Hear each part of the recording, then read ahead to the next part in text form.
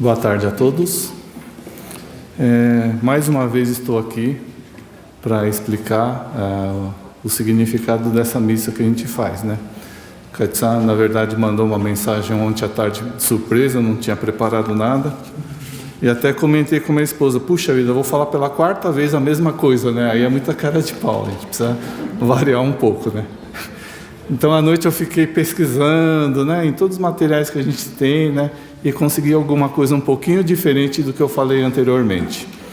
Então, peço alguns momentos da atenção de todos. Bom, na Tennikyō, isso eu já falei, né, várias vezes, em todas as ocasiões, a gente faz essa missa em homenagem aos antepassados 2 vezes por ano, né, são missas semestrais. Uma ocorre em março e outra ocorre em setembro, né? E, assim, o objetivo dessa missa, naturalmente, é relembrar, né, o feito dos antepassados. Então, nessa igreja, o que a gente está fazendo hoje é uma relembrança, né, de todos os feitos da nossa diretoria, dos fundadores da igreja, dos frequentadores, né, e todas as pessoas, então, ligadas, de alguma forma, a essa igreja Tennikyō. Tá? E muitas religiões fazem essa missa antepassada, né? Cada religião tem sua época, né? Seu momento, sua finalidade. Então, na Tennikyō a gente faz 2 vezes por ano. Por que tantas vezes a gente faz por ano? Porque a gente acredita que, na verdade, quando a gente reverencia ou agradece os antepassados, a gente, na verdade, está agradecendo a nossa própria situação atual, né? Significa o seguinte, que tudo que a gente tem hoje é fruto, né, do que foi plantado pelas gerações anteriores, né? E essa geração anterior, na Tennikyō, ele vai mais longe ainda. A gente não está falando somente dos nossos avós, bisavós, tataravós. A gente está falando do nosso próprio eu. Às vezes sou eu que plantei uma semente no passado e que estou colhendo isso agora. Isso é um ensinamento muito forte da Tennikyō sobre o que significa retornamento, né?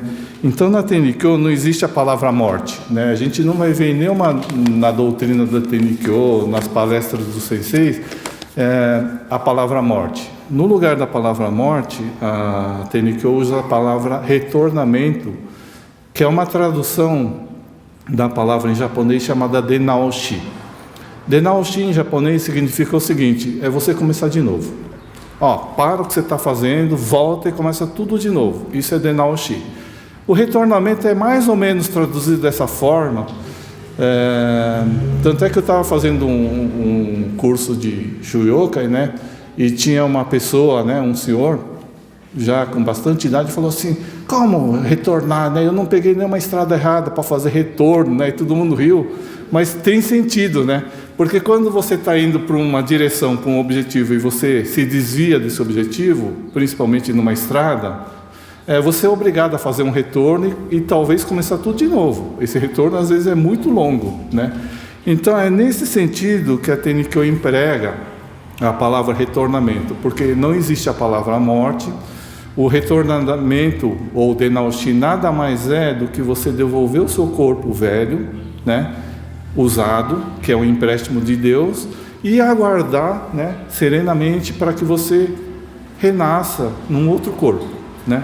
Esse ensinamento é muito forte, é um dos princípios da nossa doutrina. E aí eu falei, puxa vida, mas tudo isso eu falo toda vez nas palestras, né? Então, o que eu peguei? Eu peguei uma palestra do Chocho-san, que é o primaz, né, do Dendocho, da Tennikyō do Brasil, e ele explica muito bem esse fato, né? Então, ele fala assim, que na origem da humanidade, quando Deus Pai criou os seres humanos, Ele criou as almas desses seres humanos pura, igualmente, para todo mundo. Todas as almas, né, todos os seres humanos saíram com a alma totalmente pura, límpida, né, sem maldade, sem nada, sem ganância, né, sem ódio, limpa. Só que Deus Pai decidiu assim, eu vou dar o corpo para cada uma dessas pessoinhas que eu criei, ser humano, Só que eu vou dar a liberdade de cada um conduzir o seu próprio espírito, a sua própria alma. E aí o que aconteceu com o passar de gerações, né? Essa pessoa, alguns foram semeando coisas ruins, né? Como ficou por conta de cada um, ficou individualizado, então teve o lance do egoísmo, o lance do ódio, o lance da ambição, e aí tem Nico explica, né, que são as 8 poeiras espirituais. E aí, hoje em dia, ninguém tem uma situação de vida igual ao outro. Por quê? Por conta daquilo que foi semeado no passado, né? Então vou explicar melhor aqui. Quando Deus criou então esses humanos, cada ser usou a alma para o bem ou para o mal, tá? E eles foram retornando e reencarnando várias vezes, tá? E aí criou-se a predestinação de cada um. Então na técnica eu falo que a predestinação é única da pessoa, não existem várias pessoas com a mesma predestinação. E é verdade, né? Se a gente olhar aqui todo mundo, ninguém tem problemas ou sorte, ou felicidade, ou azar num nível igual. Cada um tem o seu merecimento, né? E aí o Tio-san fala assim que um bom exemplo de boa predestinação é a pessoa nascer numa boa família, né? Não existe nada melhor do que você nascer numa boa família. E boa família aqui que eu digo, não é uma boa família no sentido de, nasceu numa família rica, cheia de dinheiro, né? Ou nasceu numa família poderosa, né? Que tem, né? Várias empresas, exerce vários poderes sobre as pessoas. A boa família nesse sentido é uma família agradável, que você consegue viver em harmonia, feliz, um ajudando o outro, o irmão ajudando a irmã, o filho ajudando o pai. Isso, né, é um exemplo de uma felicidade, não é verdade? Viver numa família boa é uma coisa muito agradável. Por quê? Mesmo que você tenha problema de dinheiro, mesmo que você tenha um problema de doença, a família unida, ela se ajuda, né? Isso é muito bom. Então, um bom Inen que o Tio-san dá é você ter nascido numa família boa. E aí, o que acontece para aqueles que não nasceram numa família boa, né? Aqueles que não têm nem casa para morar, vivem na rua, né? À mercê de crime, de drogas, coisa e tal. O que acontece com essas pessoas? Aí vem um segundo ensinamento da doutrina, que Tio-san fala aqui. É o seguinte, devemos refletir que o fato de não ter nascido em uma boa família é resultado de sua predestinação, de vidas anteriores. Então, já expliquei isso anteriormente, né? Você está, na verdade, colhendo aquilo que foi plantado no passado. Mas você não pode se deixar abater por isso. Na técnica eu falo assim, que você não pode se deixar abater por nenhuma desgraça que ocorra na sua vida. Pelo contrário, você tem que ter satisfação, você tem que ter alegria e motivação para enfrentar aquele problema, tá? Isso, existe uma palavra única na técnica que o Oyasama ensinou, que chama Tanno. Tanno é o espírito da satisfação sincera, tá? Então, o Oyasama disse que a satisfação sincera é o arrependimento das vidas anteriores. Ou seja, em vez da pessoa ficar triste, falar, pô, que azar, né? Tem uma família super ruim, estou sempre sem dinheiro, não tenho emprego, coisa. Em vez da pessoa ficar se lamentando, é o contrário, ela tem que agradecer, né? Pelo fato dela estar naquela situação, mas estar viva e tudo mais, pedir apoio das pessoas próximas, e agradecer a Deus Pai por essa situação, porque esse agradecimento, ele está pedindo desculpa pelos erros e coisas ruins que ele cometeu no passado. Então, se estabelecer firmemente o espírito da satisfação sincera, todas as predestinações das vidas anteriores serão extintas. Então isso Oyasama que diz, Oyasama nos ensinou, que se você nunca se deixar abater, nunca ficar triste, nunca ficar desolado, e está sempre, né, pensando positivo, você meio que está reconhecendo, né, as predestinações que você recebeu, e ele está zerando, né, toda aquela coisa ruim do passado, né? Isso é um ensinamento, o segundo ensinamento que tem nessa palestra do Tio-san. E aí, para deixar ele mais material, mais concreto esse exemplo, o Tio-san dá um exemplo de copo d'água, que eu achei muito legal. né? Imagine vocês 2 copos d'água, 2 copos iguaizinhos, com água, né?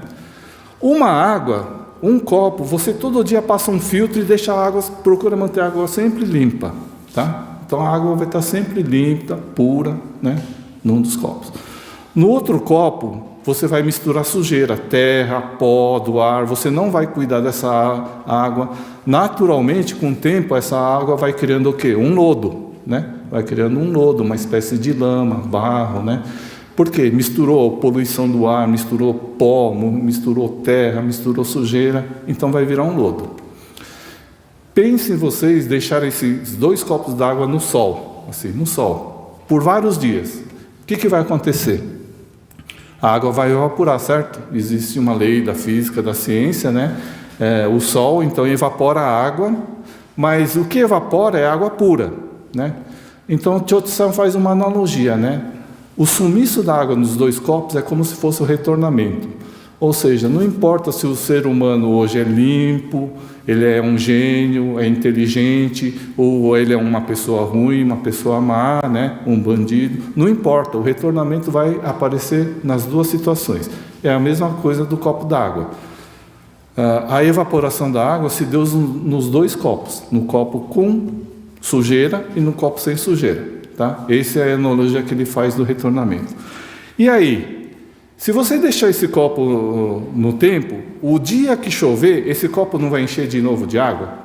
Vai, né? Se você, desde que a água da chuva caia diretamente no copo, teoricamente a água é limpa, né? Não vale a água que cai no telhado que você capta, porque aí vem com sujeira.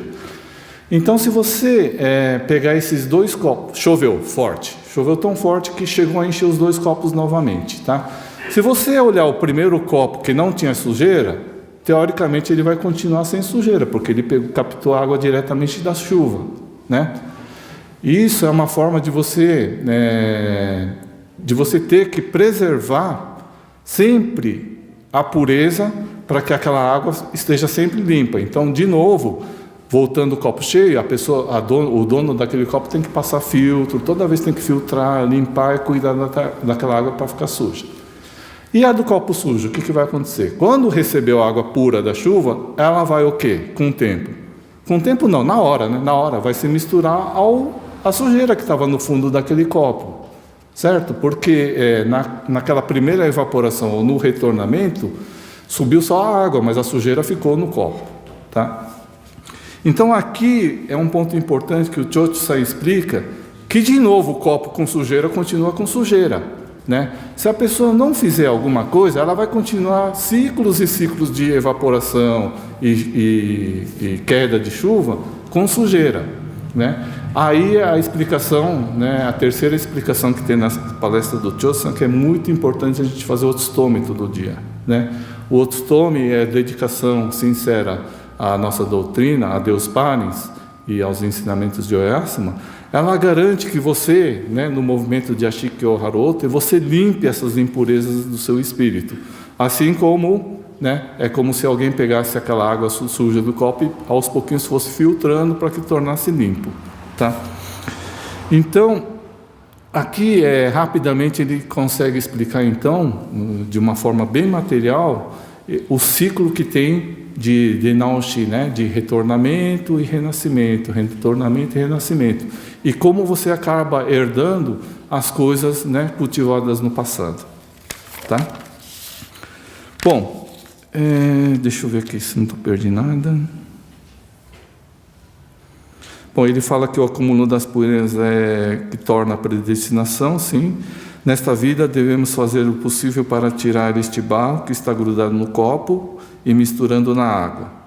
Conscientizar-se da má predestinação e da vida infeliz, esforçando-se nessa vida em extinguir essas predestinações, lavando a lama do copo e assim devolver o corpo puro e limpo.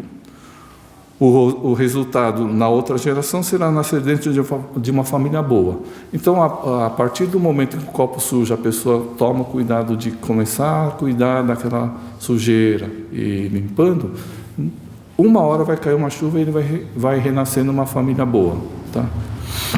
Bom, para finalizar, as expressões que a gente viu hoje como retornamento e renascimento, são pontos de virada dentro de um ciclo interminável de vida. Ou seja, a vida é interminável, gente. Nós vivemos há milhões de anos. Desde a criação do ser humano pelos anos, já estamos vivendo, nascendo e retornando várias vezes, todos nós, né? É engraçado, né? Tem gente que está falando, eu não, né? Eu nasci aqui, morri aqui, vou ficar por aqui. Mas no ensinamento de Deus Pares, não. A vida é cíclica mesmo, e ela é eterna. Ela existe há anos, há milhões de anos, tá? E essas expressões explicam que a morte não é um fim, mas um novo começo, e que o nascimento não é simplesmente um novo começo. Então, assim, é cíclico, gente. Na TNQ nos é ensinado que a morte não é fim, é começo, e o começo de uma nova vida também não é o fim, é o começo de um novo ciclo que você ainda vai retornar e voltar, tá? Então, aqui termina a minha explicação. Acho que foi um pouco confuso, né? Porque eu peguei essas informações ontem à noite, mas espero que tenha ajudado alguma coisa. Obrigado. Na sequência teremos então a Dani Kinoshita. Tereza, desculpa, Tereza. A senhora está falando que essa vez.